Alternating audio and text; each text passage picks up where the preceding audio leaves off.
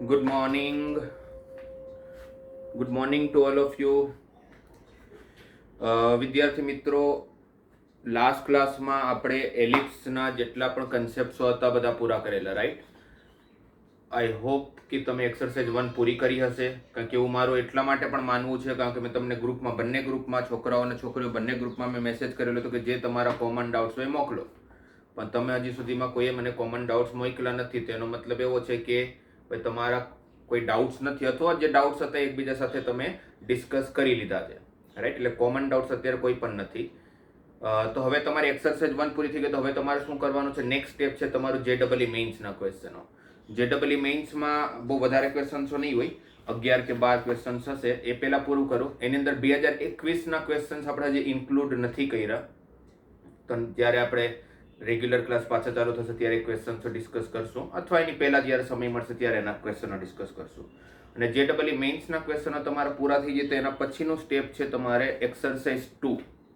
Exercise 2 પૂરું થઈ જાય પછી તમારો નેક્સ્ટ સ્ટેપ છે એક્સરસાઇઝ 3માં ઇન્ટીજર ટાઈપના ક્વેશ્ચન્સ. આટલું મિનિમમ બધાએ કરવું જરૂરી છે.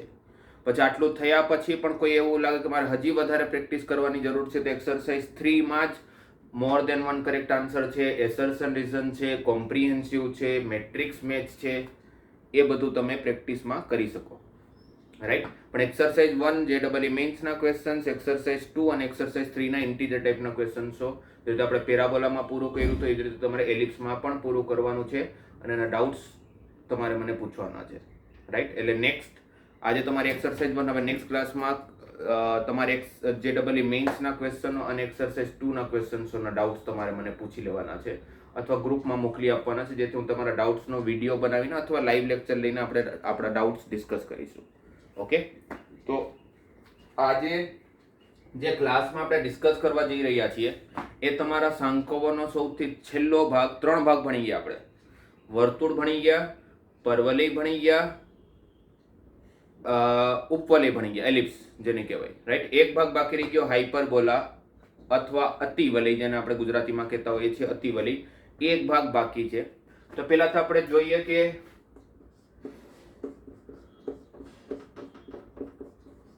પેરાબોલા પતી ગયું છે, એલિપ્સ પતી ગયું છે. હવે કોની વાત કરવા જઈ રહ્યા છીએ આપણે? હાઇપરબોલાની, જેને ગુજરાતીમાં શું કહેવાય? અતિવલય, રાઈટ? અને આપણે ઓલરેડી આ પણ ભણી ચૂક્યા છીએ કે આપણી પાસે સેકન્ડ ડિગ્રી ઇક્વેશન જે હોય છે ax² + by² + 2hxy + 2gx + 2fy + c = 0 નામનો કોઈ પણ વક્ર આપેલો હોય ને આ વક્ર જો મને અતિવલયનું સમીકરણ આપે તો આવું ત્યારે જ બની શકે જેનું ડેલ્ટા નોટ ઇક્વલ ટુ 0 હોય. ડેલ્ટા એટલે AHG, HBF, HBF અને GFC. આ એક આને નિશ્ચયક કહેવાય, જેને ઇંગ્લિશમાં આપણે ડિટર્મિનન્ટ કહેતા હોય છે. આ ડિટર્મિનન્ટની અંદર તમે એક ખાસિયત જોશો, એક વિશેષતા જોશો કે આનો જે હરોળ છે, જે રો છે, હરોળને શું કહેવાય? રો. એ જ તમારું સ્તંભ છે, મતલબ કોલમ છે, રાઈટ? હરોળ અને કોલમ સરખા છે. First row first column, second row second column, third row third column. આવા ડિટર્મિનન્ટને કહેવાય સિમેટ્રિક ડિટર્મિનન્ટ. શું કહેવાય? Symmetric determinant. મતલબ તમે વચ્ચે અરીસો રાખશો તો અહીંયા જેવું દેખાશે એવું જ અહીંયા દેખાશે, હે ને? This is called symmetric determinant.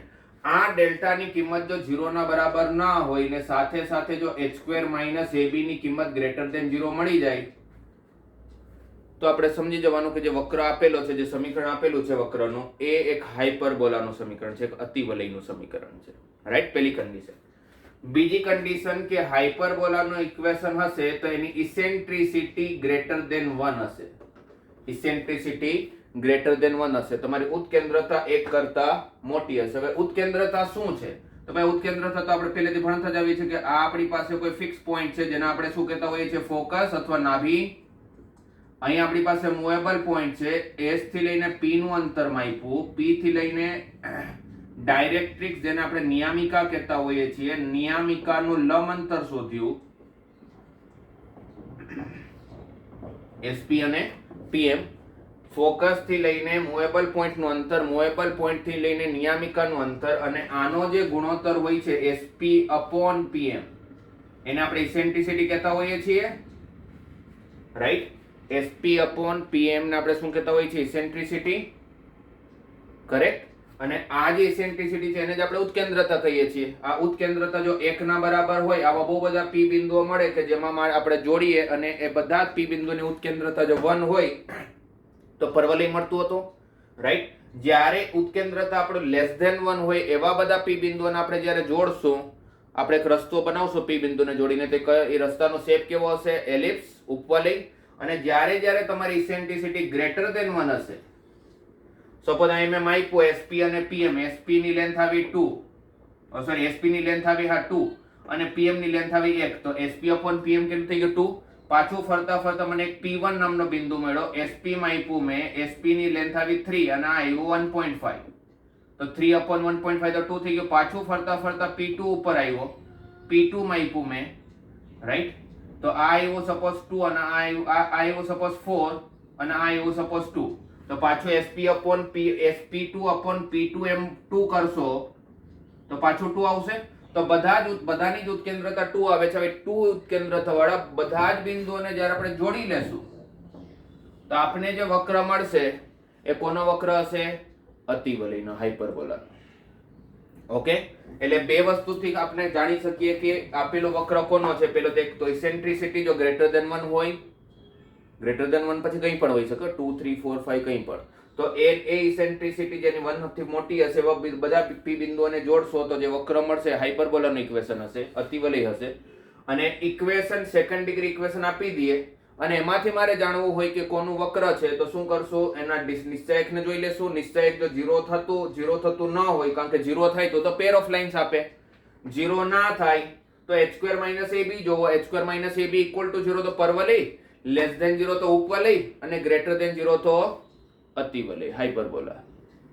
Okay, એટલે બેઝિક કોનિક સેક્શન નો જે કન્સેપ્ટ છે જે આપણે હમણાં ડિસ્કસ કર્યો એ તો સરખું જ છે. SP = EPM, SP = EPM, right. એટલે સૌથી પહેલા તો જેવી રીતે પેરાબોલા અને એલિપ્સમાં તમને ક્વેશ્ચનો પૂછાઈ શકતા હતા એવા ટાઈપના ક્વેશ્ચન અહીંયા પણ પૂછાઈ શકે કે તમને એક ફોકસ આપી દેશે, એ ફોકસ તમારું 2,3 છે, ડાયરેક્ટ્રિક્સ તમારું 3x + 4y - 1 = 0 છે અને ઇસેન્ટ્રિસિટી તમારી 2 છે, તો હાઇપરબોલાનું ઇક્વેશન ફાઇન્ડ કરીને આપો. તે કેસમાં મારે હાઇપરબોલાનું ઇક્વેશન ફાઇન્ડ કરો તો કયો કન્સેપ્ટ લગાવીશ? SP = EPM, જ્યાં P ના યામ શું હશે? મૂવેબલ પોઈન્ટ છે, તો x, y.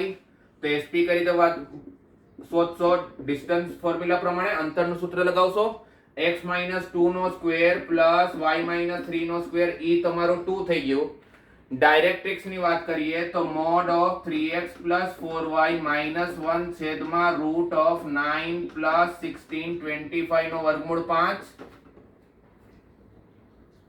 હવે આ રૂટ હટાવવા માટે શું કરશો? બંને બાજુ વર્ગ કરશો તો 5 નો વર્ગ 25, અહીંયા આવી જશે x² + y² - 4x - 6y + 13 + 4 + 9 + 13 કરી દીધું છે. અને આ બાજુ શું થશે? 2 નો વર્ગ 4 અને 3x + 4y - 1 નો સ્ક્વેર. વર્ગ કરશો તો પછી માનાકની તો જરૂર નથી, એટલે અહીંયા કયું સૂત્ર લાગી જશે? a + b + c નો વર્ગ, બરાબર ને? કયું સૂત્ર લાગશે? a + b + c નો વર્ગ. અને તમને બધાને a + b + c નો વર્ગ તો આવડતો જ હશે. a + b + c નો વર્ગ શું થાય? a² + b² + c² + 2ab + 2bc + 2ca. એ સૂત્ર અહીંયા મૂક્યા પછી જ્યારે બધા ટર્મ્સ ને સાથે લઈ લેશો તો જે તમને વક્ર મળશે, કોનું વક્ર હશે? એ કોનું વક્ર હશે? એલિપ્સનું, સોરી હાઇપરબોલાનું. એટલે તમને ત્યાંથી હાઇપરબોલાનું ઇક્વેશન મળી જશે. એટલે બેઝિક કન્સેપ્ટ સરખા જ છે બધામાં. SP = EPM. ઓકે,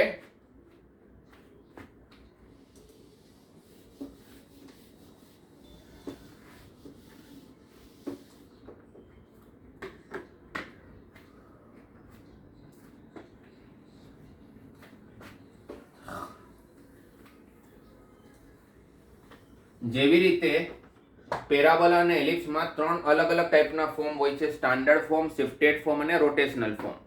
રોટેશનલ ફોર્મના જ્યારે પણ ક્વેશ્ચન આવશે તો કન્સેપ્ટ કયો લાગશે? SP = EPM. અને SP = EPM લગાવવા માટે આપણે મિનિમમ રિક્વાયરમેન્ટ શું છે કે એટલું તો હોવું જ જોઈએ. તો આપણે ખબર છે કે SP = EPM લગાવવું હોય તો આપણી પાસે ફોકસ હોવું જોઈએ, આપણી પાસે ડાયરેક્ટ્રિક્સ હોય છે, નાભી અને નિયામિકા હોય તો આપણું કામ થાય, રાઈટ. પેરાબોલામાં ઇસેન્ટ્રિસિટીની જરૂર નથી કારણ કે હંમેશા 1 હોય. એલિપ્સમાં તમને ઇસેન્ટ્રિસિટી આપવામાં આવશે, હાઇપરબોલામાં તમને ઇસેન્ટ્રિસિટી આપવામાં આવશે, કારણ કે હાઇપરબોલામાં ઇસેન્ટ્રિસિટી એક કરતા મોટી હોય છે, પણ એક કરતા મોટી તો અસંખ્ય કિંમતો હોય, રાઈટ? એટલે ત્યાં તમને ઇસેન્ટ્રિસિટી આપી દેવામાં આવશે. એટલે આટલું ખબર હોય તો હું કોઈ પણ હાઇપરબોલાનું ઇક્વેશન ફાઇન્ડ કરી શકું. હવે એ જ SP = EPM ના કન્સેપ્ટનો ઉપયોગ કરીને આપણે સૌથી પહેલા હાઇપરબોલાનું સ્ટાન્ડર્ડ ફોર્મ શોધી લઈએ. કારણ કે જો સ્ટાન્ડર્ડ ફોર્મ આવે તો શિફ્ટેડ ફોર્મ તો આવડી જ જાય, કારણ કે સ્ટાન્ડર્ડ ફોર્મ અને શિફ્ટેડ ફોર્મમાં ખાલી શું ફરક છે? x ની જગ્યાએ x - h અને y ની જગ્યાએ y - k, આટલો જ તફાવત હોય છે. એટલે પહેલા આપણે સ્ટાન્ડર્ડ ફોર્મની વાત કરીએ. અચ્છા, હાઇપરબોલાનો શેપ કેવો હોય છે? હાઇપરબોલા તમારા બે પરવલયની જોડી છે. મતલબ બેઝિકલી કેવું હોય? નામમાં જ કેવું છે? સાંકવો. એટલે આ તમારી પાસે એક કોન છે, એવા બે કોન છે જેને કહેવાય ડબલ સર્ક્યુલર ઇન્વર્ટેડ કોન. એકની ઉપર એક મૂકેલું છે ને, એટલે શું કહેવાય એને? ડબલ સર્ક્યુલર ઇન્વર્ટેડ કોન. આ ડબલ સર્ક્યુલર ઇન્વર્ટેડ કોનને તમે વિચારો, તમે થોડું વિઝ્યુઅલાઇઝ કરો કે ઉપરથી લઈને નીચે સુધી હું કટ કરતા કરતા આવું, અને કટ કર્યા પછી હું એક બાજુનો ભાગ, આ બાજુનો ભાગ સપોઝ ફેંકી દઉં ને આ બાજુનો ભાગ ફેંકી દઉં. બે ભાગ પડી જશે ને વચ્ચેથી કટ કરશો તો એક આ ભાગ, એક આ ભાગ, અને બાકીનો જે રહેશે તો તમે જોશો તો એક આ પરવલય મળશે, એક આ પરવલય મળશે. આ બંને પરવલયને જ્યારે સાથે લઈને કામ કરશો તો એને કહેવાય અતિવલય અથવા હાઇપરબોલા, રાઈટ? તમે જ્યારે કોઈ કોનને ડિફરન્ટ એંગલ્સમાં કટ કરશો તો તમને ડિફરન્ટ શેપ્સ દેખાશે. જેમ કે 9, તમે વિચારો કે તમારા હાથમાં એક આઈસ્ક્રીમનો કોન આપી દીધો મેં, થોડું વિઝ્યુઅલાઇઝ કરો, અને 90 ડિગ્રીમાં 90 ના ખૂણે, કાટખૂણે તમે એને કાપ્યો. તો કાપ્યો તમે, તો જ્યારે 90 ડિગ્રીમાં કાપશો તમે, અહીંથી સપોઝ 90 ડિગ્રીમાં તમે કટ કર્યું તો તમને બે ભાગ મળશે, એક ઉપરનો ભાગ મળશે અને એક નીચેનો ભાગ મળશે. ઓકે? આ નીચેનો જે ભાગ છે એને હટાવી દો. આ ઉપરનો જે ભાગ છે એ ઉપરનો ભાગ તમે જોશો, તમે વિઝ્યુઅલાઇઝ કરો કે નીચેથી એનો શેપ કેવો દેખાશે? એકદમ વર્તુળાકાર, તો સર્કલ દેખાશે. એને 90 ડિગ્રીથી થોડા ઓછા એંગલે કટ કરશો તો તમને જે શેપ દેખાશે એ તમારો એલિપ્સનો શેપ દેખાશે, ઉપવલય દેખાશે. આવી રીતે કટ કરશો તમે તો તમને એક પેરાબોલા દેખાશે, અને ઉપરથી લઈને નીચે સુધી કટ કરતા હશો તો તમને બે પરવલય દેખાશે. બે પરવલયની જોડીને કહેવાય અતિવલય, હાઇપરબોલા. Okay, right? એટલે એનું નામ પાડવામાં આવ્યું છે સાંકવો, કારણ કે તમે કોનને ડિફરન્ટ એંગલ્સમાં કટ કરો ત્યારે જે અલગ અલગ શેપ મળતા હોય છે એ આપણે સાંકવોના ચેપ્ટર્સમાં ભણતા હોઈએ છીએ. એટલે એના નામ ઉપરથી જ એને કોનિક સેક્શન કહેવામાં આવે છે, કારણ કે કોનને તમે કટ કરી રહ્યા છો. ઓકે, તો આ તમારો જે શેપ દેખાય છે સ્ટાન્ડર્ડ ફોર્મ ઓફ હાઇપરબોલા છે. હવે કયા કયા તમારે ટર્મ્સ યાદ રાખવાના છે? તો સૌથી પહેલા સેન્ટર, જે એલિપ્સમાં પણ શું હતું? 0,0. આ તમારું થઈ ગયું A, અને આ થઈ ગયું તમારું A', જેને આપણે શું કહેતા હોય છે? વર્ટેક્સ. A,0 અને -A,0. તમે ધ્યાન આપશો તો તમારા એલિપ્સ અને હાઇપરબોલામાં કશું જ ચેન્જ નથી, એક્ઝેક્ટલી સેમ. તમારું વર્ટેક્સ થઈ ગયું +-A,0. ફોકસની વાત કરીએ તો એલિપ્સમાં પણ AE,0 અને -AE,0 હતું, અને હાઇપરબોલામાં પણ AE,0 અને -AE,0 જશે. આ જે રેખા છે જેની ઉપર તમારા સેન્ટર, વર્ટેક્સ, ફોકસ બધા જ રહેતા હોય છે, બધાનું ઘર હોય, એને આપણે એલિપ્સમાં કહેતા હોઈએ છીએ મેજર એક્સિસ. એને આપણે પેરાબોલામાં કહેતા હોય છે ખાલી એક્સિસ. એક્સિસ એલિપ્સમાં મેજર એક્સિસ. અહીંયા જે નામ આપવામાં આવ્યું છે, કારણ કે બધાને અલગ અલગ પાડવા માટે, અહીંયા એનું નામ આપવામાં આવ્યું છે ટ્રાન્સવર્સ એક્સિસ, અથવા તમે ગુજરાતીમાં એને કહી શકો મુખ્ય એક્સિસ, મુખ્ય અક્ષ. જે તે એલિપ્સમાં શું કહેતા હતા આપણે? પ્રધાન અક્ષ. અહીંયા શું કહેવાય? મુખ્ય અક્ષ અથવા ટ્રાન્સવર્સ એક્સિસ. ઇંગ્લિશમાં તમે કોઈ પણ મોડ્યુલ, કોઈ પણ બુક વાંચશો તો ત્યાં તમને દેખાશે ટ્રાન્સવર્સ એક્સિસ. તો અહીં ટ્રાન્સવર્સ એક્સિસ કોણ છે? X axis. એક્સ એક્સિસ નું સમીકરણ શું હોય? y = 0. એની લંબાઈની વાત કરીએ, લેન્થ ઓફ ટ્રાન્સવર્સ એક્સિસ, તો લેન્થની જ્યારે આપણે વાત કરશું તો અહીંયાથી લઈને અહીંયાની લેન્થને કહેવાય લેન્થ ઓફ ટ્રાન્સવર્સ એક્સિસ, જે તમને દેખાતું હશે 2a ના બરાબર છે. દેખાય છે છોકરાઓ? જે કોના બરાબર છે? 2a ના બરાબર છે. ઓકે, આગળ વધીએ. નિયામિકા, તો તમારી બે નિયામિકા અહીંયા હશે. એક નિયામિકા અહીંયા હશે જે ટ્રાન્સવર્સ એક્સિસ સાથે લંબ બનાવશે.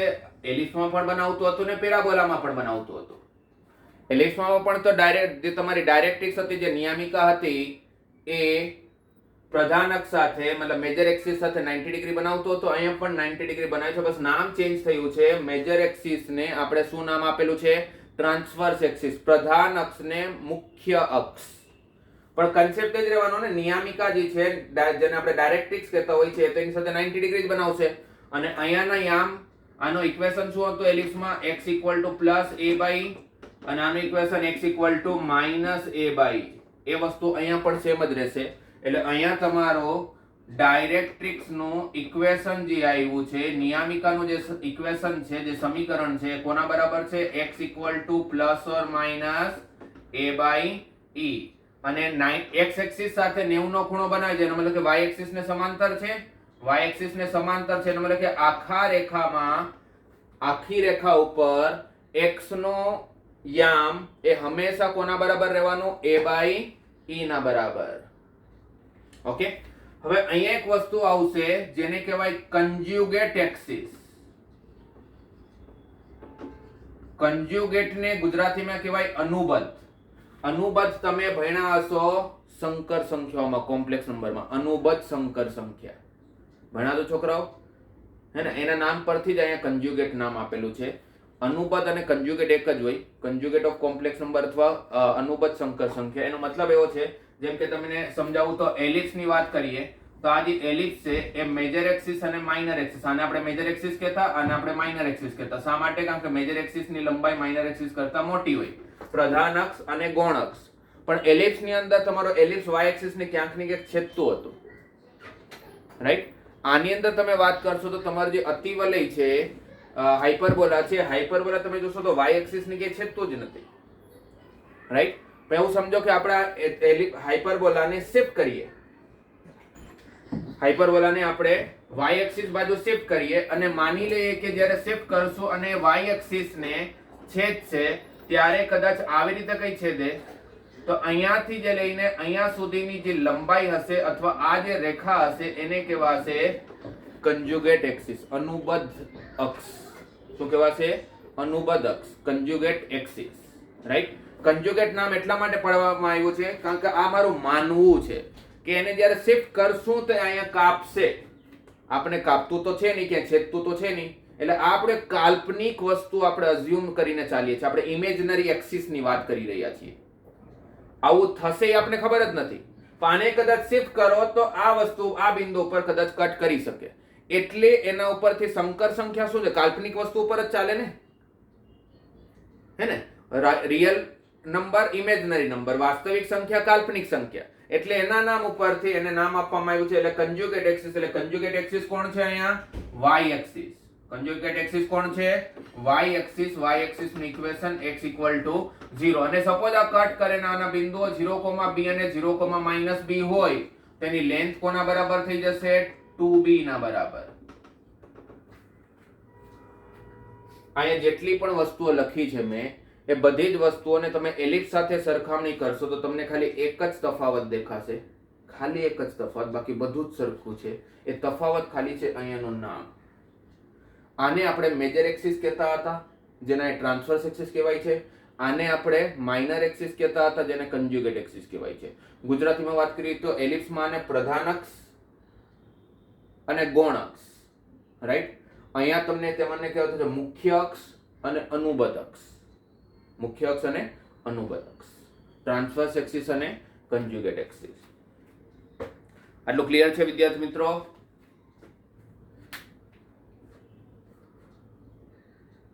હવે જો મારું ફોકસ નિયામિકા એકદમ સેમ છે, એલિપ્સ જેવું જ, કંઈ જ ફેરફાર નથી, હે ને? કોઈ તફાવત નથી. તમે જોશો તો કન્સેપ્ટ પણ સેમ છે હાઇપરબોલામાં અને એલિપ્સમાં. શું છે કન્સેપ્ટ આખા કોનિક સેક્શનમાં? SP equal to EPM. તો જ્યારે તમે વિચારો કે જ્યારે તમારી પાસે બધું જ સરખું છે, ફોકસ પણ એ જ છે, નિયામિકા પણ એ જ છે, કન્સેપ્ટ પણ એ જ છે, તો પછી તમારું સમીકરણ એ સરખું જ મળવાનું ને. સમીકરણ ક્યાંથી અલગ મળી જાય? જ્યારે બધી જ વસ્તુ સરખી છે. આપણે એકવાર કરીને જોઈએ.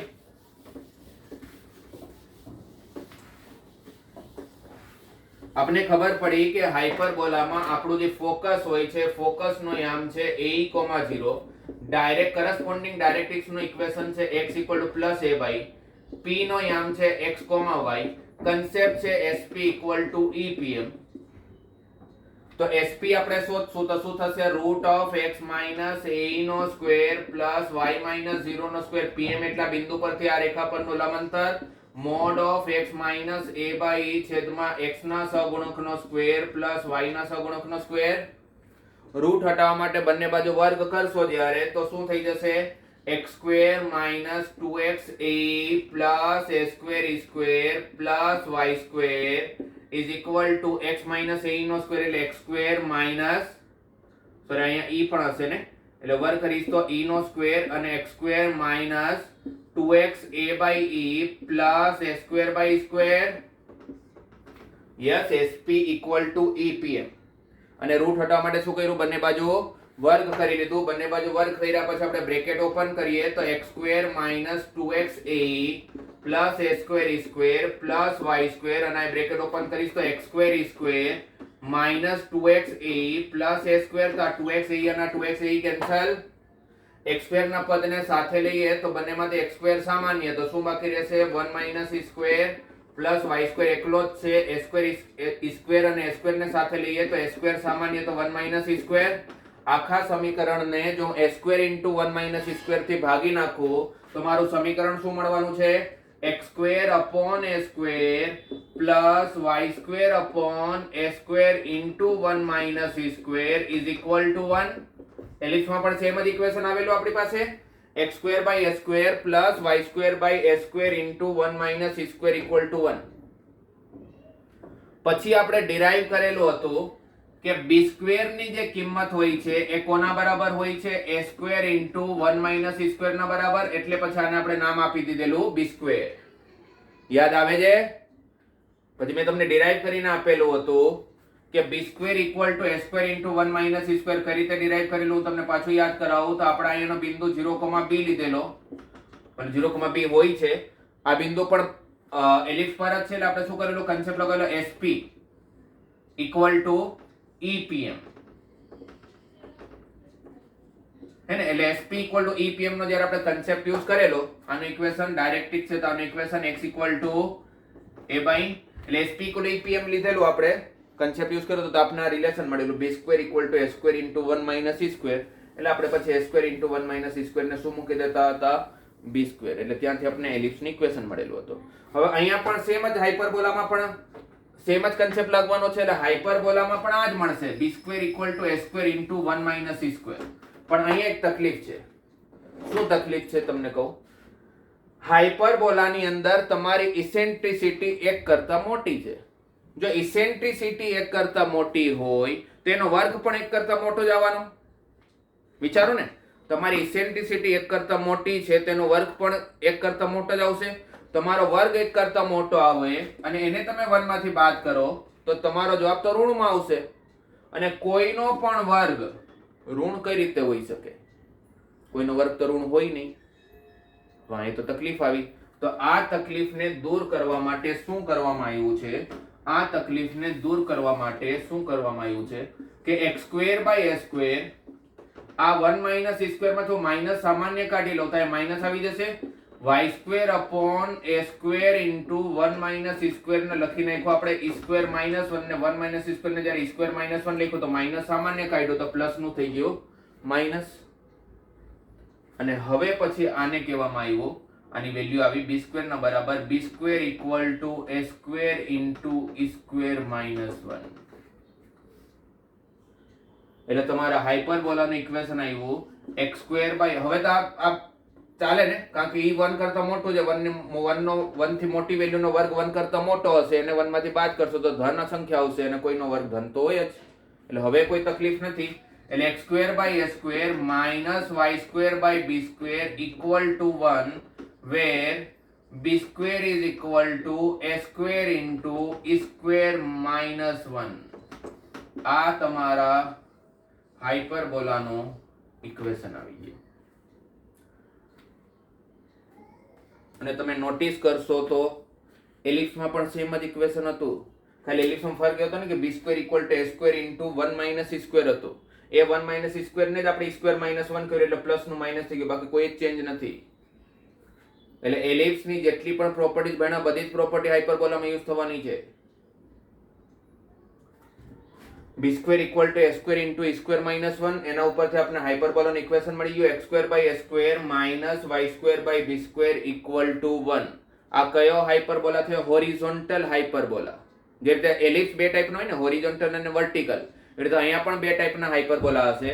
હોરિઝોન્ટલ હાઇપરબોલા જેવું કંઈ ના હોય, મતલબ આપણે ભલે સમજવા માટે હોરિઝોન્ટલ હાઇપરબોલા વિચારી શકીએ અથવા યાદ કરી શકીએ, પણ એને કહેવાય ટ્રાન્સવર્સ હાઇપરબોલા. અથવા ઘણી બધી બુકમાં ખાલી અતિવલય લખેલું હોય છે, પણ એનું મેઇન નામ હોય છે ટ્રાન્સવર્સ હાઇપરબોલા, મુખ્ય અતિવલય. બરાબર? ટ્રાન્સવર્સ હાઇપરબોલા એટલે ટ્રાન્સવર્સ હાઇપરબોલાનું ઇક્વેશન થઈ ગયું x square by a square minus y square by b square equal to 1. હવે ટ્રાન્સવર્સ હાઇપરબોલા મતલબ હોરિઝોન્ટલ હાઇપરબોલા અને વર્ટિકલ હાઇપરબોલામાં શું ફરક પડવાનો છે? જે એલિપ્સમાં તો કોઈ ફરક જ નહીં હતો. હોરિઝોન્ટલ એલિપ્સ હોય તો પણ x square by a square plus y square by b square equal 1 હતો, અને વર્ટિકલ હોય તો પણ x square by a square plus y square by b square equal 1 હતો. ખાલી ફરક શું હતો?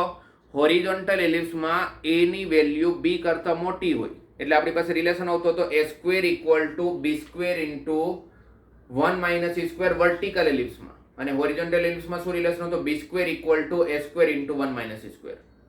a અને b પરથી આપણે જાણતા હતા કે a જો b કરતા મોટું હોય તો હોરિઝોન્ટલ એલિપ્સની વાત કરે છે, a જો b કરતા નાનું હોય તો વર્ટિકલ એલિપ્સની વાત કરે છે. બરાબર? હવે હાઇપરબોલામાં શું થવાનું છે?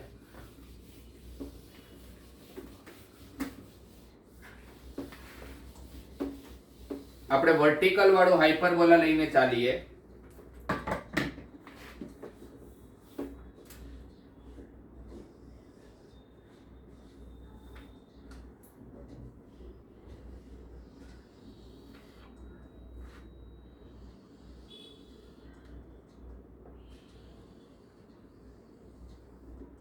તો જો આ તમારું કેન્દ્ર તો 0,0 જ છે, કેન્દ્રમાં તો કોઈ ફરક પડવાનો નથી.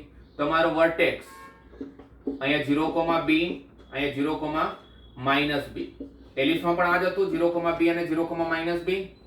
ફોકસ 0,b અને 0,-b.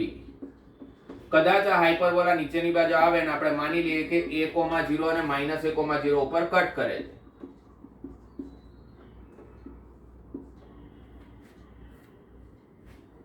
ઓકે, નિયામિકાની વાત કરીએ તો અહીં નિયામિકા હશે જેનું ઇક્વેશન થશે y equal to b by e અને y equal to -b by e. તો શું થયું છોકરાઓ? સેન્ટર 0,0, વર્ટેક્સ 0,b અને 0,-b. ફોકસના ઇક્વેશન ફોકસના કોઓર્ડિનેટ થઈ ગયા 0,b અને 0,-b. નિયામિકાની એક્સિસ થઈ નિયામિકાની ઇક્વેશન થઈ ગયા y equal to b by e અને y equal to -b by e. અહીંયા તમારો મેજર એક્સ, આ બધી જ વસ્તુ એલિપ્સમાં સેમ જ હતી, બસ એલિપ્સમાં આની અંદર જેની અંદર સેન્ટર, વર્ટેક્સ અને ફોકસ નું ઘર છે એને આપણે કહેતા હતા મેજર એક્સિસ, જેને અહીંયા તમને ખબર છે કે શું કહેવાય છે? Transverse axis. એટલે અહીંયા તમારો ટ્રાન્સવર્સ એક્સિસ કોણ બનવાનું છે? y એક્સિસ, જેનું સમીકરણ શું હશે? x ઇક્વલ ટુ 0, જેની લંબાઈ શું થઈ જશે? 2b. હે ને, આ લંબાઈ કેટલી થશે? 2b.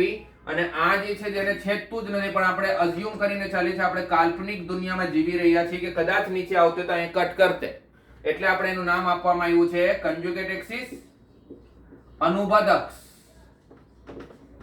શું નામ છે? અનુબદ્ધ અક્ષ. અહીંયા કન્જ્યુગેટ એક્સિસ કોણ થયું? x axis. x એક્સિસ નું સમીકરણ શું? y = 0. એની લંબાઈ શું થઈ જશે? 2a.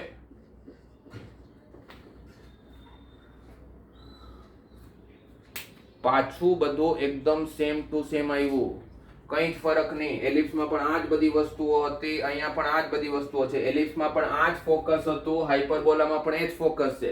એલિપ્સમાં એ જ ડાયરેક્ટ્રિક્સ હતું, અહીંયા પણ એ જ ડાયરેક્ટ્રિક્સ છે. જ્યારે તમારી પાસે ફોકસ પણ એ જ છે, ડાયરેક્ટ્રિક્સ પણ એ છે, કન્સેપ્ટ પણ એ જ છે, SP = EPM, હે ને? કન્સેપ્ટ પણ એ જ છે, SP = EPM. તો સીધી વાત છે કે એલિપ્સમાં મને જે સમીકરણ મળતું હતું એ જ સેમ સમીકરણ અહીંયા મળવાનું છે. યસ, એને જ્યારે કઈ ચેન્જ જ નથી કરતા તો પછી સમીકરણ ક્યાંથી બદલાવાનું? તો સમીકરણ પણ સરખું જ આવશે. એટલે અહીંયા જ્યારે હું SP = EPM નો ઉપયોગ કરીશ તો મારી પાસે જે સમીકરણ આવશે એ શું આવવાનું છે? જે એલિપ્સનું સમીકરણ તો એ જ આવશે. x² / b² * 1 - a² + y² / b² = 1. અને પછી આપણે એવું ડિરાઈવ કરેલું કે આની જે કિંમત હોય છે કોની બરાબર હોય છે? a² ના બરાબર. એટલે આપણું સમીકરણ થઈ જતું હતું x² / a² + y² / b² = 1. પણ આ જો a² ના બરાબર હોય તો હાઇપરબોલામાં તકલીફ છે. હાઇપરબોલામાં એક પ્રોબ્લેમ આવે છે. શું? જો e ની કિંમત 1 કરતા મોટી છે, મોટી હોય છે ને હાઇપરબોલામાં, e ની કિંમત 1 કરતા મોટી, તેનો વર્ગ પણ 1 કરતા મોટો હશે. 1 કરતા મોટી કિંમતને તમે જ્યારે 1 માંથી બાદ કરશો તો ઋણ કિંમત આવશે. ને આ જો તમારા a² ના બરાબર હોય તો કોઈનો વર્ગ ઋણ કઈ રીતે હોઈ શકે? એટલે આ અત્યારે a² ના બરાબર ના હોઈ શકે, કારણ કે a² તો ઋણમાં જ ચાલ્યો જશે ને કોઈનો વર્ગ ઋણ હોય નહીં. એટલે આને આપણે એ પ્રોબ્લેમ માંથી બહાર કાઢવા માટે આપણે શું કરીએ છીએ? અહીંથી માઈનસ સામાન્ય લઈએ છીએ. માઈનસ સામાન્ય કાઢશો તો જે 1 - e² હતો એ હવે e² - 1 થઈ જશે.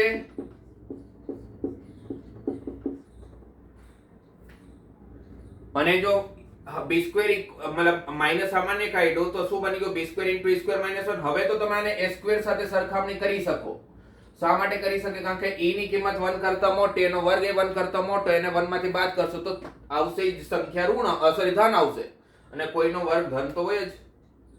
એટલે તમારા હાઇપરબોલાનું ઇક્વેશન આવું મળી ગયું: -x² / a² + y² / b² = 1.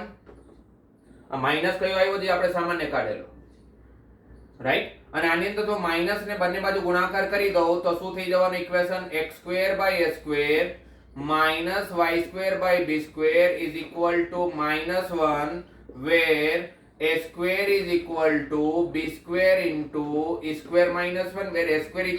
b² * e² - 1. આ તમારા વર્ટિકલ એલિપ્સ. કયો એલિપ્સ થયો? હોરિઝોન્ટલ ને વર્ટિકલ ને. પણ હોરિઝોન્ટલ તો ખાલી તમારે સમજવા માટે, પણ એનું નામ શું છે? Transverse hyperbola. અને આનું નામ શું છે? આને કહેવાય કન્જ્યુગેટ હાઇપરબોલા. શું કહેવાય? અનુબદ્ધ અતિવલય. કન્જ્યુગેટ હાઇપરબોલા, ટ્રાન્સવર્સ હાઇપરબોલા અને કન્જ્યુગેટ હાઇપરબોલા. હોરિઝોન્ટલ અને વર્ટિકલ ને અલગ, કારણ કે હોરિઝોન્ટલ વર્ટિકલ તમે ઓલરેડી એલિપ્સમાં ઉપયોગ કરી ચૂક્યા છો ઉપવલયમાં. એટલે સેમ ટુ સેમ ઉપયોગ કરશો તો કન્ફ્યુઝન ઊભું થશે. એટલે કન્ફ્યુઝન દૂર કરવા માટે એ લોકોએ થોડું નામ ચેન્જ કરેલું છે. હોરિઝોન્ટલ ને નામ આપી દીધેલું છે ટ્રાન્સવર્સ હાઇપરબોલા અને વર્ટિકલ ને નામ આપી દીધું છે કન્જ્યુગેટ હાઇપરબોલા. એ કન્જ્યુગેટ હાઇપરબોલાનું સમીકરણ આવ્યું x² / a² - y² / b² = -1. બરાબર છે? x² / a² - y² / b² = -1. Ellipse ની અંદર તમારું હોરિઝોન્ટલ અને વર્ટિકલ બંનેના ઇક્વેશન એકદમ સરખા હતા. x² / a² + y² / b² = 1. તો આપણે કઈ રીતે જાણતા હતા કે કયો એલિપ્સ છે? a અને b ને સરખામણી કરીને a b કરતા મોટો તો હોરિઝોન્ટલ, a b કરતા નાનો તો વર્ટિકલ. પણ જ્યારે તમે હાઇપરબોલાની વાત કરશો તો તમે a અને b ને સરખામણી કરી જ ના શકો. એટલા માટે ના કરી શકો, તમે ટ્રાન્સવર્સ હાઇપરબોલા જોશો, હોરિઝોન્ટલ વાળો હાઇપરબોલા જોશો તો ત્યાં b નામની કોઈ વસ્તુ હતી જ નહીં. તો આપણી કાલ્પનિક દુનિયા છે કે y એક્સિસ ને કટ કરશે તો અહીંયા કટ કરશે, એવું આપણું માનવું હતું. તો જ્યારે એ નંબર એક્ઝિસ્ટ જ નથી કરતું, જેનું અસ્તિત્વ જ નથી, તેને સરખામણી કઈ રીતે કરી શકો? સેમ અહીંયા પણ આપણે માન્યું કે આ જો નીચે આવતે શિફ્ટ કરતે તો એક્સ એક્સિસ ને a, 0 અને -a, 0 પર કટ કરતે, પણ આ તો કાલ્પનિક વસ્તુ છે, એટલે અહીંયા તમે a અને b ને સરખામણી ના કરી શકો. એટલા માટે જ અહીં તમારું સમીકરણ જ અલગ આવે છે. તમે ટ્રાન્સફર્સ હાઇપરબોલા જોશો તો ઇક્વેશન તો x2/a² -y2/b² = 1, અને અહીંયા તમારું ઇક્વેશન છે x2/a² -y2/b² = -1. એટલે અહીં તમે a અને b ને સરખામણી કરીને કામ નહીં કરી શકો. અહીંયા તમે ઇક્વેશનમાં =1 છે કે -1 છે એને જોઈને તમે કામ કરશો. જો =1 હશે તો ટ્રાન્સફર્સ હાઇપરબોલા, -1 હશે તો conjugate hyperbola. Is it clear? એવું પણ બની શકે કે ટ્રાન્સફર્સ હાઇપરબોલામાં a ની વેલ્યુ b કરતા નાની પણ હોય, અને કન્જ્યુગેટ હાઇપરબોલામાં એવું પણ બની શકે a ની વેલ્યુ b કરતા મોટી પણ હોય. એટલે કન્ફ્યુઝ નહીં થતા. અહીંયા a અને b ને એકબીજા સાથે કંઈ જ લેવા દેવા નથી. અહીંયા તમે ખાલી જાણશો ટ્રાન્સફર છે કે કન્જ્યુગેટ છે, હોરિઝોન્ટલ છે કે વર્ટિકલ છે, એક જ વસ્તુ ઉપરથી કે =1 આપેલું છે કે -1 આપેલું છે. =1 આપે તો ટ્રાન્સફર્સ હાઇપરબોલા, -1 આપે તો conjugate hyperbola. Is it clear?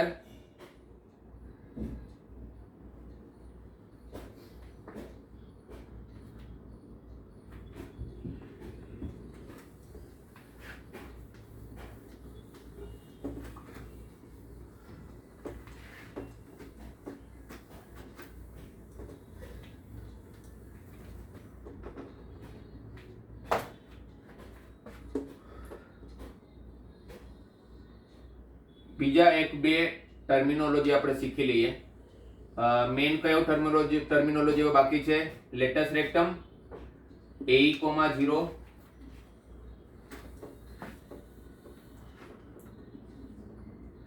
મતલબ એલિપ્સ. એટલા માટે હું ડ્રો કરતો હતો કે બંને સરખું જ હોય, છતાં આપણે અતિવલય લઈને જ કામ કરીએ. અહીંયા તમારી પાસે છે a, 0 હે ને, અહીંયા તમારો બિંદુ ફોકસ નો શું હોય? a, 0, અને અહીંયા શું હોય? -a, 0. કોઈ પણ જીવા જ્યારે નાભીમાંથી પસાર થાય અને તમારા ટ્રાન્સવર્સ એક્સિસ સાથે, ટ્રાન્સવર્સ એક્સિસ એટલે જેને આપણે પેરાબોલામાં એક્સિસ કહેતા હતા, જેને એલિપ્સમાં આપણે મેજર એક્સિસ કહેતા હતા, તેનું જ નામ પાડવામાં આવ્યું છે ટ્રાન્સવર્સ એક્સિસ. તો કન્સેપ્ટ તો સેમ જ રહેવાનો કે ભાઈ તમારો કોઈ પણ એવી રેખા કે જે ફોકસમાંથી પસાર થતો હોય અને ટ્રાન્સવર્સ એક્સિસ સાથે 90 નો ખૂણો બનાવતો, એને આપણે શું કહેતા હોઈએ છીએ? નાભિલંબ, અથવા ઇંગ્લિશમાં લેટસ રેક્ટમ. શું કહેતા હોઈએ છીએ? લેટસ રેક્ટમ. ઓકે, તો લેટસ રેક્ટમની લંબાઈ શોધવી હોય તો આપણે ખબર છે કે આ જે રેખા દેખાય છે એ તો y ને સમાંતર છે. જો y ને સમાંતર છે તો આખી રેખા ઉપર x નો યામ તો ક્યારે બદલાવાનો જ નથી. અહીંયા પણ x નો યામ શું રહેવાનો? a, 0 જ રહેશે. સોરી, a, y રહેશે, કારણ કે y નો યામ તો કંઈ પણ હોઈ શકે. ને અહીંયા જે હશે a, -y હશે, કારણ કે જો આ અરીસો હોય તો ઉપર જેવું દેખાય જેવું જ નીચે દેખાય છે, એનું જ પ્રતિબિંબ છે. એટલે ઉપરનો બિંદુ a, y તો નીચેનો બિંદુ a, -y. તો આ જે a, y છે એ તો તમારા હાઇપરબોલા ઉપર છે. હાઇપરબોલાનું ઇક્વેશન છે x2/a² -y2/b² = 1. તો a, y ને જો અહીંયા મૂકી દઉં તો x ની જગ્યા a મૂકીશ તો a² ડિવાઇડેડ બાય a² એટલે ખાલી a² બાકી રહેશે. a² -y2/b² = 1, અથવા a² -1 = y2/b². b² ને સામે ગુણાકાર કરી દઈએ અને આપણી પાસે રિલેશન શું છે? b² આપણી પાસે રિલેશન છે b² a² × a² -1. then what is a² -1? a² -1 ને શું લખી શકાય? b²/a². એટલે y² આવ્યો આપણી પાસે b² × b²/a², તો b⁴/a². y² જો b⁴/a² છે તો y ± b²/a. તો મને એ ખબર પડી ગઈ કે અહીંયાના યામ શું છે. એક યામ આવ્યો a, b²/a, અને એક યામ આવે છે a, -b²/a. ઓકે, એટલે આની આખી લંબાઈ જે આવી ગઈ એ b²/a + b²/a, તો કોના બરાબર થઈ ગયું? 2b²/a. એટલે લેન્થ ઓફ લેટસ રેક્ટમ, જે એલિપ્સમાં પણ આ જ હતું. ભાઈ બધું સરખું જ રહેવાનું, કઈ ચેન્જ જ નથી કર્યું તમે. એટલે અહીંયા પણ લેન્થ ઓફ લેટેસ્ટ રેક્ટમ જે હશે, લેન્થ ઓફ લેટેસ્ટ રેક્ટમ જે હશે કોના બરાબર આવશે 2b² a. ટ્રાન્સવર્સ હશે તો 2b² a અને કન્જ્યુગેટ હશે મતલબ વર્ટિકલ હશે તો 2a² b. તમને ખબર જ છે b અને a ને ઇન્ટરચેન્જ કરી લેવાના. અને તમને લેટેસ્ટ રેક્ટમ નું ઇક્વેશન કોઈ પૂછે કે આનું ઇક્વેશન શું થશે તો શું કહેશો, આખી રેખામાં x નો યામ બદલાવાનો નથી એટલે x = +a અને આ બાજુ લેશો આપણે લેટેસ્ટ રેક્ટમ, બે નાભી છે તો બે નાભી લંબ હશે, બે લેટેસ્ટ રેક્ટમ હશે. લંબાઈ આ બાજુ 2b² a છે તો આ બાજુ 2b² a જ રહેવાની. હા, સમીકરણ બદલાઈ જશે, x = પેલી બાજુ +a અને આ બાજુ x = -a. અને બીજી એક વસ્તુ ધ્યાનમાં રાખજો, નાભી લંબના અંત્ય બિંદુઓ ના યામ a, b² a અને a, -b² a ના બરાબર હોય છે. a, b² a અને a, -b² a ના બરાબર હોય છે.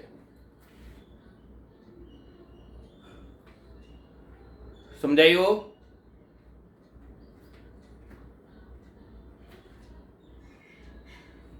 એટલે લેટેસ્ટ રેક્ટમ ની લંબાઈ આપણે ખબર પડી ગઈ, રાઈટ. હોરિઝોન્ટલ માં 2b² a મતલબ હોરિઝોન્ટલ એટલે ટ્રાન્સવર્સ હાઇપરબોલામાં, અને કન્જ્યુગેટ હાઇપરબોલા હશે વર્ટિકલ હશે તો 2b² a ની જગ્યાએ શું આવી જશે 2a² b, હે ને 2a² b. અને ત્યાં લેટેસ્ટ રેક્ટમ નું ઇક્વેશન શું હશે, જેવી રીતે અહીંયા x = a અને x = -a છે, વર્ટિકલ હશે તો x = be અને x = -b. આપને ખબર છે કે a ની જગ્યાએ b કરી નાખવાનું છે. યસ.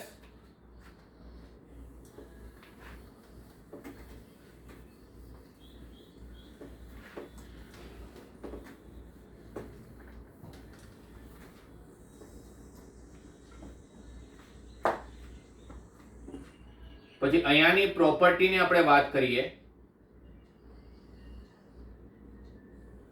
ફર્સ્ટ હાઇપરબોલાની પ્રોપર્ટી, ફર્સ્ટ હાઇપરબોલાની પ્રોપર્ટી. એ પ્રોપર્ટી શું છે આપણી પાસે, ફોકલ લેન્થ ને રિલેટેડ હું તમને પ્રોપર્ટી ડિસ્કસ કરવા જઈ રહ્યો છું. શું ટોપિક નું નામ નાખજો તમે, ફોકલ લેન્થ. ફોકલ લેન્થ કોને કહેવાય, કોઈ પણ નાભીથી લઈને વક્ર પરના કોઈ પણ બિંદુનું અંતર. પેરાબોલામાં પણ એને જ ફોકલ લેન્થ કહેવાતો હતો, એલિપ્સમાં પણ એને જ કહેવાય ને હાઇપરબોલામાં પણ એને જ કહેવાય. અહીંયા સપોઝ કોઈ p બિંદુ છે જેનો યામ છે તમારી પાસે x1, y1, અહીંયા તમારો નાભી છે a, 0, અહીંયા તમારો બીજો નાભી છે -a, 0. તો તમારી પાસે બે ફોકલ લેન્થ હશે, કારણ કે બે ફોકસ છે તો એક ફોકલ લેન્થ sp અને એક ફોકલ લેન્થ s'(p). એલિપ્સ ની વાત કરીએ તો sp કોના બરાબર હતું, a -ex1 અને s'(p) કોના બરાબર હતું, a +ex1. જ્યારે બંનેને એડ કરેલું આપણે તો આપણે મળેલું 2a. તો આપણે તમને યાદ હશે તો આપણે પ્રોપર્ટી ડિરાઈવ કરેલી કે એલિપ્સ પરના અસંખ્ય બિંદુઓમાંથી કોઈ પણ બિંદુનું બંને નાભીમાંથી અંતર શોધીને એનો જ્યારે સરવાળો કરશો તો હંમેશા અચળ આવશે. આવું આખા દુનિયામાં એક જ જગ્યાએ થાય અને એ થાય એલિપ્સમાં. એવી રીતે હાઇપરબોલાની આપણે વાત કરીએ.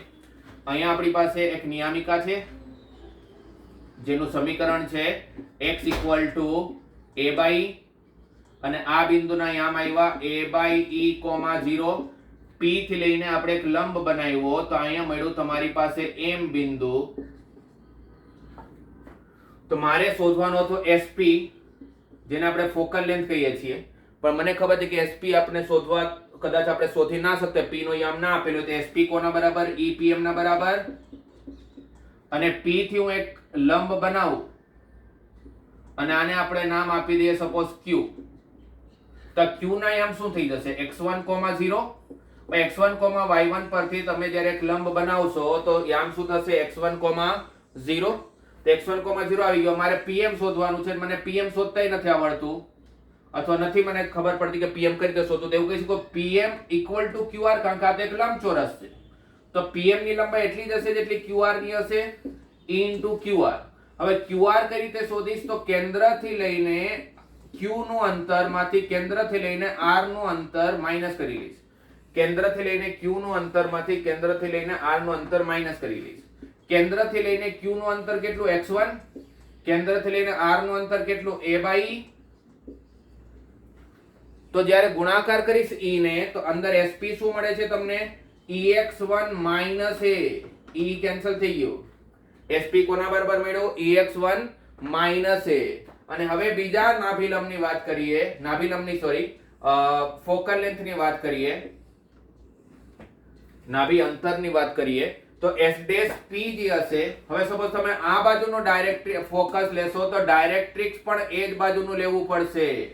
આનું ફોકસ, આનું નાભી અને આના નિયામિકાને દૂર દૂર સુધી કોઈ રિલેશન નથી.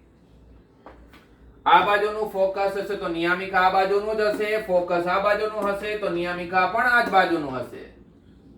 ઓકે, તેના ઉપરથી આને હું એક્સટેન્ડ કરી દઉં, નાને આપણે m ડેશ નામ આપીએ તો S ડેશ P કોના બરાબર થયું? E into PM dash. આનું સમીકરણ શું છે? x equal to minus a by e. તો આને આપણે r ડેશ નામ આપીએ તો r ડેશ નો યામ હશે minus a by e, 0. મને PM ડેશ શોધતા નથી આવડતું તો PM ડેશ કોના બરાબર? QR ડેશ ના બરાબર. આઈ હોપ કે તમને બધાને સમજાઈ ગયું. શું કરો છો ભાઈ? દેખાતું હશે તમને PM ડેશ અને QR ડેશ સરખું હશે કારણ કે આ તો એક લંબચોરસ છે. તો લંબચોરસ છે તો સામેની લેન્થ, તો સામેની બાજુની લેન્થ તો સરખી જ હોવાની ને. તો E into QR dash, QR dash કોના બરાબર? કેન્દ્રથી લઈને Q નું અંતર x1 પ્લસ કેન્દ્રથી લઈને R ડેશ નું અંતર a by e.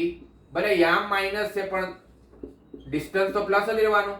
એટલે S ડેશ P આવ્યું તમારી પાસે, બ્રેકેટ ઓપન કરીશ તો ex1 plus a. બે ફોકલ લેન્થ હશે, બે નાભીના અંતર હશે P બિંદુથી. એક થઈ ગયો ex1 minus a અને એક થઈ ગયો ex1 plus a. એલિસમાં શું ફરક હતો? a minus ex1 અને a plus ex1. ખાલી એ પ્લસ નું માઇનસ કરવા માટે ઉલટું કરી નાખ્યું છે. ex1 minus a અને ex1 plus a. મોટા ભાગે એલિપ્સના કન્સેપ્ટ અને હાઇપરબોલાના કન્સેપ્ટમાં શું ફરક પડવાનો છે? જ્યાં પ્લસ આવતો હશે ત્યાં માઇનસ આવશે. જેમ કે ત્યાં a minus ex1 હતો, હવે આને જ્યારે તમે માઇનસ થી ગુણાકાર કરી લેશો તો હાઇપરબોલા થઈ જશે કારણ કે અહીં તમે માઇનસ સામાન્ય કાઢેલું છે ને. તમારે બીજામાં a square into 1 minus e square માંથી સમીકરણ બનાવવા માટે આપણે માઇનસ સામાન્ય કાઢ્યું છે કારણ કે b square ઋણ ના હોઈ શકે. એવું જ કરેલું ને આપણે. ઇક્વેશન તો આવેલું x square by a square plus y square by a square into 1 minus e square આવેલું, પણ આને આપણે b square નહોતા કહી શકતા કારણ કે આ ઋણ થતું હતું. એટલે આપણે માઇનસ સામાન્ય કાઢેલા. અહીં જેટલી પણ પ્રોપર્ટી હશે એલિપ્સની એમાં ખાલી માઇનસ ગુણાકાર કરશું તો હાઇપરબોલાની પ્રોપર્ટી થઈ જશે. રાઈટ, તો આને માઇનસ થી ગુણાકાર કરશું તો ex1 minus a બનશે અને અહીંયા ex1 plus a છે. રાઈટ, હવે તમે અહીંયા જોશો તો SP અને S ડેશ P બંનેનો સરવાળો કરશો, અથવા સોરી સરવાળો નહીં, બંનેની બાદબાકી કરશો તો ex1 plus a માંથી ex1 minus a ને જ્યારે બાદ કરીશ તો ex1 કેન્સલ થશે અને હે ને આવું થશે ને. ex1 plus a માંથી ex1 minus a ને હું બાદ કરું છું તો ex1 કેન્સલ થશે, માઇનસ માઇનસ પ્લસ થશે એટલે તમારો જવાબ કોના બરાબર આવી જશે? 2a ના બરાબર. આ હાઇપરબોલાની સૌથી ઇમ્પોર્ટન્ટ પ્રોપર્ટી ડિરાઈવ કરીને મેં તમને આપી. જેવી રીતે એલિપ્સમાં એવું હતું કે આખા એલિપ્સ ઉપર અસંખ્ય બિંદુઓ છે, એ અસંખ્ય બિંદુઓમાંથી હું કોઈ પણ બિંદુ લઈને એનું નાભીથી બંને ફિક્સ બિંદુથી અંતર શોધીને જ્યારે જ્યારે સરવાળો કરીશ તો મને હંમેશા અચળ મળશે જે 2a ના બરાબર હશે. એવી રીતે હાઇપરબોલા ઉપર અસંખ્ય બિંદુઓ છે, પછી બિંદુ અહીંયા લ્યો કે અહીંયા લ્યો, એનું જ્યારે તમે બંને નાભીથી અંતર શોધીને બાદબાકી કરશો ત્યારે હંમેશા તમને અચળ કિંમત મળશે. અચળ કિંમત પણ કોના બરાબર મળશે? ટ્રાન્સવર્સ એક્સિસ ની લંબાઈ બરાબર. આવું ખાલી અને ખાલી ક્યાં થવાનું છે? હાઇપરબોલાની અંદર, બીજે ક્યાંય ના થાય.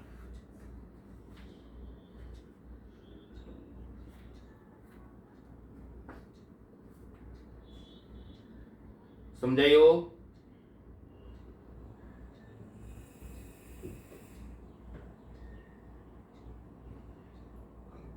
એટલે આ પ્રોપર્ટી તમારે હાઇપરબોલાની બહુ સારી રીતે યાદ રાખવાની છે કે હાઇપરબોલા ઉપર આવેલો કોઈ પણ બિંદુનું જ્યારે બંને નાભીથી અંતર શોધીને ઇન્ડિવિડ્યુઅલ અંતર શું આવશે? એકવાર ex1 plus a અને એકવાર ex1 minus a, અને જ્યારે એને બાદ કરશું તો તમારો જવાબ 2a ના બરાબર મળશે.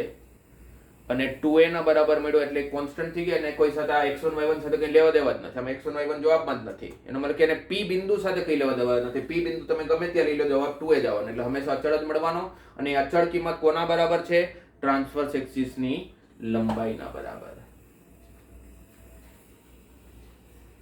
Is it clear?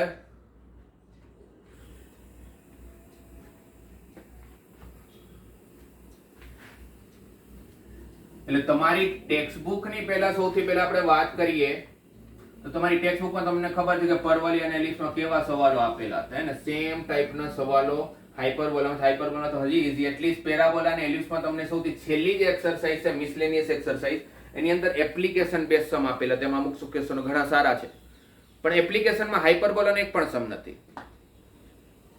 એમાં જે પણ સમ હતા તમે જોયા હશે, લાસ્ટ વાળી એક્સરસાઇઝ મિસલેનિયસ તમે આખી પૂરી કરી નાખે, જેમાં કાં તો પેરાબોલાના ક્વેશ્ચન છે કાં તો એલિપ્સના ક્વેશ્ચન છે. હાઇપરબોલાનો એક પણ ક્વેશ્ચન નથી. હાઇપરબોલાનો ક્વેશ્ચન એક જ સેકન્ડ લાસ્ટ એક્સરસાઇઝ જે હશે છેલ્લેથી બીજી એક્સરસાઇઝ, જેમાં હાઇપરબોલાના ક્વેશ્ચનો હશે. એમાં બે ટાઈપના ક્વેશ્ચનો સ્ટાન્ડર્ડ ફોર્મને રિલેટેડ કે પહેલા આપી દેશે તમને કે x² / 16 y² / 9 ઇક્વલ ટુ -1 એક હાઇપરબોલાનો ઇક્વેશન હોય તો હાઇપરબોલાના ઇક્વેશનનું બધું જ ફાઇન્ડ કરીને આપો, centre, vertex, focus, directrix, length of latus rectum બધું જ. તો ખાલી તમારે શું જાણવું છે ભાઈ કયા હાઇપરબોલાની વાત કરીએ છીએ, કઈ રીતે જાણશો? +1 અને -1 પરથી -1 આપ્યું છે એનો મતલબ કન્ફર્મ થઈ ગયું કે આ તો કન્જ્યુગેટ હાઇપરબોલા છે. એટલે કન્જ્યુગેટ હાઇપરબોલા હશે તો એની સરખામણી કરીને કોની સાથે કરશો? x² / a² -y² / b² equal to -1 સાથે. કોની સાથે સરખામણી કરશો આપણે? x² / a² -y² / b² equal to -1 સાથે. તો a² તમારું 16 થઈ ગયું, b² તમારું 9 થઈ ગયું અને રિલેશન શું છે આપણી પાસે? કન્જ્યુગેટ હાઇપરબોલા હશે એટલે વર્ટિકલ હાઇપરબોલા હશે તો a² equal to b² into e² -1. a² આપેલું છે તમને 16, b² આપેલું છે તમને 9 ઇક્વલ ટુ e² -1. તો e² થઈ જશે 16/9 પ્લસ 1 તો 25/9 તો e થઈ જશે 5/3. અને તમારી e ની કિંમત જો 1 કરતા મોટી આપે, જો તમે અહીં કઈ ભૂલ કરશો ને તો e ની કિંમત તમારી 1 કરતા મોટી નહીં આવે. અને હાઇપરબોલામાં આપને ખબર છે કે ઇસેન્ટ્રિસિટી આપણી 1 કરતા મોટી હોવી જ જોઈએ, એટલે ત્યાંથી ખબર પડી જશે કે મારી કોઈ ભૂલ છે. જો ઇસેન્ટ્રિસિટી 1 કરતા મોટી આવી ગઈ, 5/3 એટલે 1 કરતા મોટું જ થયું, એટલે આપણે એકદમ સાચા રસ્તે જઈ રહ્યા છીએ. એટલે પાછું વળીને જોવાની જરૂર નથી, એકદમ બરાબર જઈ રહ્યા છો. એ તમને મળી ગયો 5/3, એ તમારું 4 છે, b તમારું 3 છે. તો બધું શોધતા જઈએ તો સૌથી પહેલા કેન્દ્રની વાત કરીએ તો 0,0, વર્ટેક્સ ની વાત કરીએ તો 0, ±b વર્ટિકલ છે ને. ફોકસ ની વાત કરીએ તો 0, ±b, b તમારું 3 છે, e તમારું 5/3 છે તો ±5. ડાયરેક્ટ્રિક્સ ની વાત કરીએ તો y ઇક્વલ ટુ ±b/e, 3/5/3 તો ±9/5. અહીંયા ટ્રાન્સવર્સ એક્સિસ ની વાત કરીએ મતલબ મુખ્ય અક્ષ ની વાત કરીએ તો વર્ટિકલ છે તો મુખ્ય એક્સિસ કોણ બનશે? મુખ્ય અક્ષ કોણ બનશે? y axis. y એક્સિસ નું સમીકરણ x ઇક્વલ ટુ 0 ને. અને એની લેન્થ ની વાત કરીએ તો 2b એટલે 6. અહીંયા કન્જ્યુગેટ એક્સિસ કોણ થશે? કન્જ્યુગેટ એક્સિસ કોણ થશે? અનુબદ્ધ અક્ષ કોણ બનવાનું છે? x એક્સિસ, જેનું સમીકરણ y ઇક્વલ ટુ 0, લેન્થ થશે 2a તો 8. હવે જો તમારી અહીંયા a ની કે ભલે વર્ટિકલ હાઇપરબોલા છે પણ તમારી a ની કિંમત b કરતા મોટી છે, a ની કિંમત b કરતા મોટી છે. મેં તમને પહેલા જ કીધેલું તો a અને b ને સરખામણી કરીને કન્ફ્યુઝ નહીં થતા. a અને b ને દૂર સુધી કંઈ લેવા દેવા નથી. અને નહીં રિલેશન નહીં હોવાનું કારણ મેં તમને કીધેલું હતું, કારણ કે વર્ટિકલ એલિપ્સ હશે, કન્જ્યુગેટ હાઇપરબોલા હશે તો a જે કિંમત છે તમારી કાલ્પનિક કિંમત છે, અને ટ્રાન્સવર્સ હાઇપરબોલા હશે, હોરિઝોન્ટલ હશે તો એ કેસમાં તમારે b જે કિંમત છે કાલ્પનિક છે એટલે તમે સરખામણી ના કરી શકો.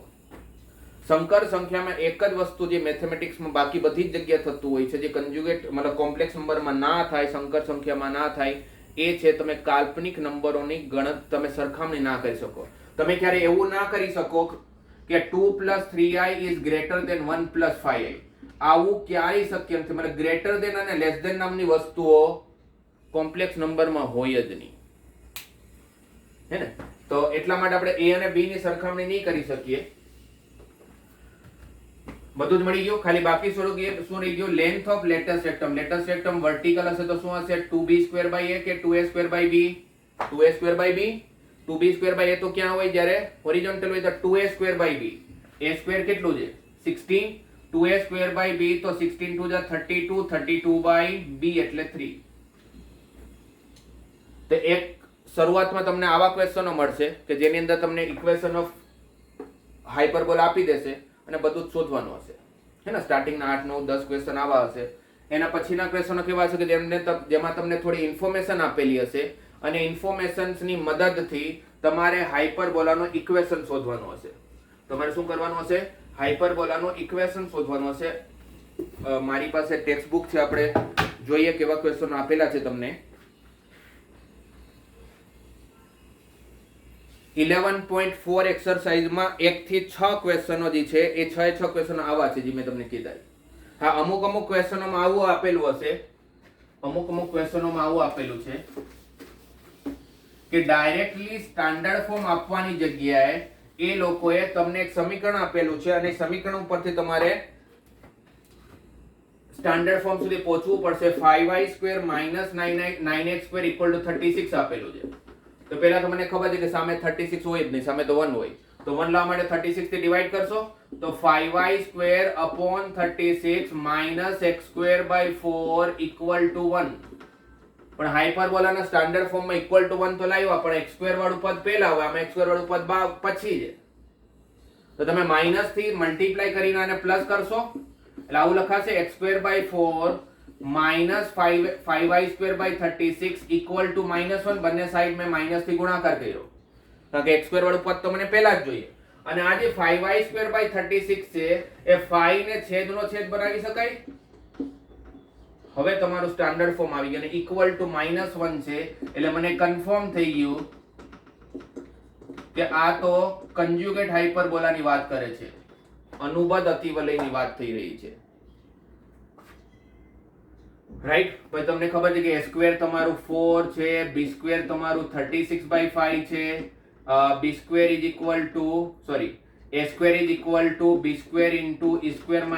સૂત્ર છે, એમાં મૂકીને આપણે e ખબર પડી જશે, a ખબર હશે, b ખબર હશે, e ખબર હશે, તો બધું જ ખબર પડી જશે. ઓકે, એટલે 1 થી 6 તમારા આવા સવાલો છે. બીજા 7th નંબર થી લઈને 15 નંબર સુધી ક્વેશ્ચનો કેવા આપેલા છે આપણે જોઈએ.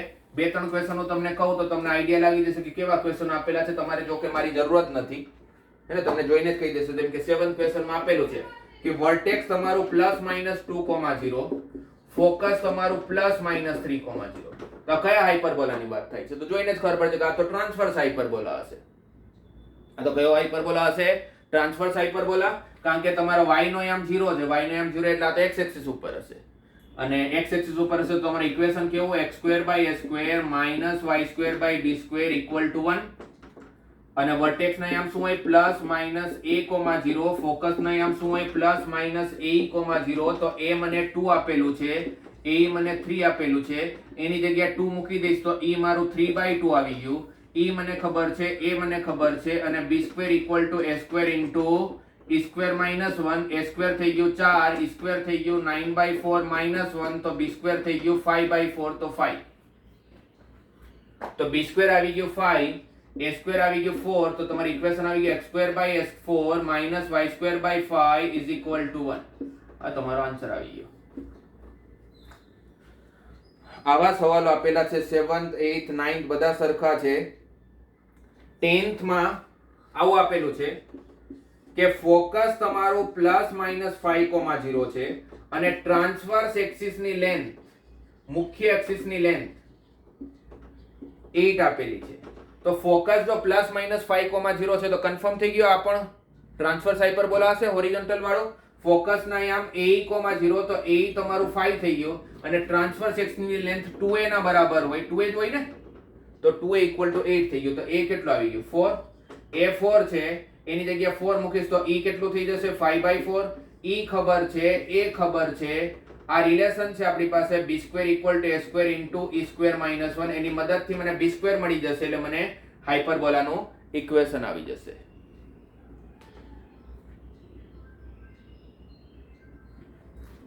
પછી એક 13th ક્વેશ્ચન હજી એક તમારી સાથે ડિસ્કસ કરી લઉં. 13th ક્વેશ્ચનમાં એ લોકોએ આવું આપેલું છે કે ફોકસ જે છે એ +-4,0 છે અને લેટસ રેક્ટમની લંબાઈ, નાભિલંબની લંબાઈ એ લોકોએ 12 આપી દીધી છે. શું આપ્યું છે? ફોકસ આપેલું છે તમને +-4,0, લેટસ રેક્ટમ આપેલું છે 12, મતલબ નાભિલંબની લંબાઈ 12 આપી દીધી. તો ફોકસ જો +-4,0 તો કન્ફર્મ થઈ ગયું. ટ્રાન્સવર્સ હાઇપરબોલા છે, હોરિઝોન્ટલ વાળો હાઇપરબોલા છે, અતિવલય છે. AE ની કિંમત 4 આપેલી છે. લેટસ રેક્ટમની લંબાઈ કોના બરાબર હોય? 2b² ના બરાબર. એટલે મને રિલેશન શું મળ્યું? b² = 6a અને AE = 4. પણ મારી પાસે કામનું જે રિલેશન છે આ છે b² = a² × e² - 1. b² આવ્યું તમારા 6a ના બરાબર. અહીંયા બ્રેકેટ ઓપન કરીશ તો ae² - a². AE થઈ ગયો 4, તો 4 નો સ્ક્વેર થઈ ગયો 16. 4 નો સ્ક્વેર 16 ને, એટલે છેલ્લે તમારી પાસે એક દ્વિઘાત સમીકરણ આવ્યું -a² આ બાજુ આવશે તો a² + 6a - 16. 4 નો વર્ગ 16, 16 આ બાજુ ગયો તો -16 થયો. એક દ્વિઘાત સમીકરણ આવ્યું. આના યામ લઈએ આપણે, મતલબ આના બીજ ફાઇન્ડ કરીએ, આના અવયવો ફાઇન્ડ કરીએ તો a + 8 અને a - 2 = 0. તો a આવ્યું -8 અને a ની કિંમત આવી 2, પણ -8 કઈ રીતે હોય? કોઈની લંબાઈ ઋણ થોડો હોવાની, એટલે શું શક્ય બન્યું? a = 2.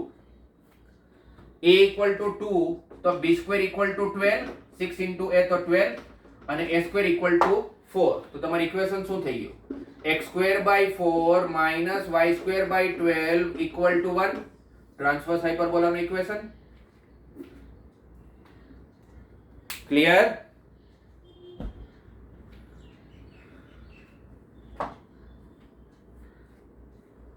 સિમ્પલ છે આ તો બધી વસ્તુઓ. આ તો તમને હવે ઊંઘમાંથી ઉઠાડીને પૂછે તો આવડવું જોઈએ, મતલબ આટલું ઈઝી જ હવે તો. અને સૌથી છેલ્લો જે 15મો ક્વેશ્ચન છે એમાં એવું આપેલું છે, 15મા ક્વેશ્ચનમાં એમાં એવું કીધું છે કે ફોકસ જે છે એ 0, ±√10 છે. ફોકસ શું છે? +-0, ±√10 છે. અને પાસિંગ થ્રુ એ જે અતિવલય છે, હાઇપરબોલા છે, એ 2,3 માંથી પસાર થાય છે. તો પહેલા તો ફોકસ જો 0, ±√10 હોય એટલે તમારે x નો યામ 0 છે, એટલે કન્ફર્મ થઈ ગયું. આ તો કન્જ્યુગેટ હાઇપરબોલાની વાત કરે છે. x²/a² - y²/b² = -1. x²/a² - y²/b² = -1 ની વાત થઈ રહી છે, રાઈટ? જેમાં તમારું b ની કિંમત √10 ના બરાબર છે. b કોના બરાબર છે? √10 ના બરાબર છે. નાભીનો યામ શું હોય? 0, ±b ને, એટલે b તમારું √10 થઈ ગયું. હાઇપરબોલા ક્યાંથી પસાર થાય છે? 2,3 પરથી. તો આને સેટિસ્ફાઈ કરશે. તો મૂકી દઈએ x² ની x ની જગ્યાએ 2 તો 2 નો સ્ક્વેર 4, 4/a² માઈનસ y ની જગ્યાએ 3 તો 3 નો સ્ક્વેર એટલે 9/b² = -1. અને જો કન્જ્યુગેટ હાઇપરબોલાની વાત ચાલતી હોય તો રિલેશન શું? a² = b² × e² - 1. Bracket open કરીશ તો b² e² - b². b² e² એટલે b નો સ્ક્વેર, b નો સ્ક્વેર એટલે 10. એટલે a² કોના બરાબર આવી ગયું? 10 - b² ના બરાબર. અહીંયા મૂકી દઉં 10 - b² - 9/b² = -1. સમજાયું બધાને? કન્જ્યુગેટ હાઇપરબોલામાં આ રિલેશન યુઝ કરશો ને. અને b² e² એટલે b નો સ્ક્વેર, √10 નો સ્ક્વેર 10 થઈ ગયું. એ કિંમતને મેં એ રિલેશનને અહીંયા યુઝ કર્યું. હવે ક્રોસ મલ્ટીપ્લાય કરીશ તો 4b² - 90 + 9b² = -10b² - b⁴. આ minus minus plus b⁴, 9b² + 4b² તો 13b² - 10b² - 13b² તો -23b², -90 પેલી બાજુ જશે તો +90 = 0. એક દ્વિઘાત સમીકરણ આવ્યું. એના અવયવો પાડશું તો મને બે અવયવો દેખાય છે, b² - 18 અને b² - 5 = 0. 18 × 5 90 થાય ને, અને 18 + 5 23 થાય. તો b² ની કિંમત આવી 18 અને b² ની કિંમત આવી 5. બંનેના વર્ગ ધન આવે છે, એટલે બંને આમ જોવા જઈએ તો શક્ય છે, પણ હશે કોઈ એક જ શક્ય. તો ખબર કઈ રીતે પડશે કયું શક્ય ને કયું અશક્ય? તો આ જે b² ની કિંમત આવી 18, એના અહીંયા મૂકો તો 10 - 18 -8 થઈ જાય. કોઈનો વર્ગ ઋણ કઈ રીતે હોય? એટલે આ શક્ય નથી. અને b સ્ક્વેર ને 5 મૂકીશ તો 10 માઇનસ 5 5 તો a સ્ક્વેર પણ 5 આવી ગયો. આની અંદર જો b અને a બંનેની કિંમત સરખી આવી. એલિપ્સમાં એવું નહીં હોય, કારણ કે એલિપ્સમાં જો a અને b સરખું થઈ ગયું તો પછી એ એલિપ્સ નહીં હોય, એ વર્તુળ બની જશે. એ વર્તુળ બની જશે. જેવી રીતે એલિપ્સમાં a અને b સરખા થાય તો એ શું બની જાય? વર્તુળ. એવી રીતે હાઇપરબોલામાં ધ્યાન આપજો, જે બોલી રહ્યો છો, હાઇપરબોલામાં જ્યારે a અને b ની લંબાઈ સરખી બનશે, અહીંયા a ની લંબાઈ √5, b ની વેલ્યુ પણ √5, એ હાઇપરબોલાને કહેવાય રેક્ટેન્ગ્યુલર હાઇપરબોલા. તમારી ટેક્સ્ટબુકમાં રેક્ટેન્ગ્યુલર હાઇપરબોલા વિશે કોઈ માહિતી નથી, પણ હાઇપરબોલામાં સૌથી ઇમ્પોર્ટન્ટ પાર્ટ કોઈ હોય તે છે રેક્ટેન્ગ્યુલર હાઇપરબોલા. પછી જે ડબલ, ખાસ કરીને જે ડબલ પોઈન્ટ ઓફ વ્યૂ થી, રાઈટ? એટલે જ્યારે અહીંયા a ઇક્વલ ટુ b થશે તો એને શું કહેવાય? Rectangular hyperbola. અને અહીંયા તમારું સમીકરણ આવી ગયું x² / a², a² આવ્યો 5 માઇનસ y² / b² આવ્યો 5 ઇક્વલ ટુ -1. આ તમારો જવાબ થઈ ગયો. અને આ એક કન્સેપ્ટ ધ્યાનમાં રાખજો, a ઇક્વલ ટુ b હોય, when a equal to b, જ્યારે a ઇક્વલ ટુ b થાય ત્યારે એ જે હાઇપરબોલા હોય એને કેવો હાઇપરબોલા કહેવાય? Rectangular hyperbola.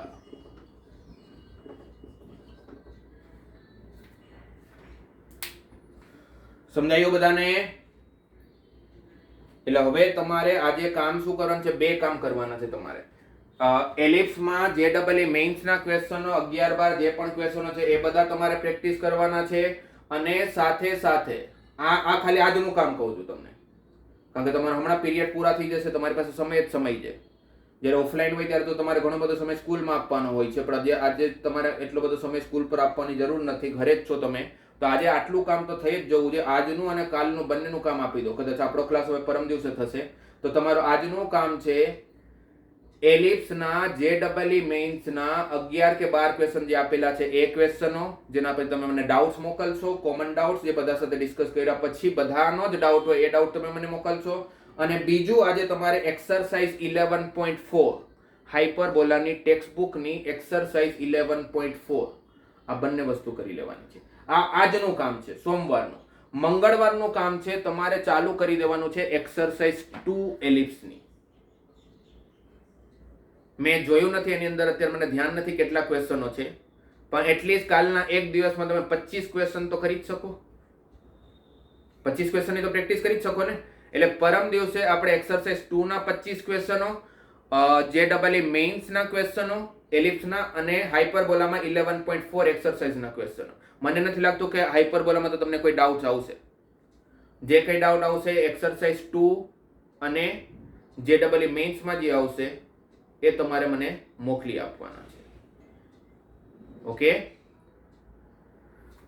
સારું. આવજો વિદ્યાર્થી મિત્રો.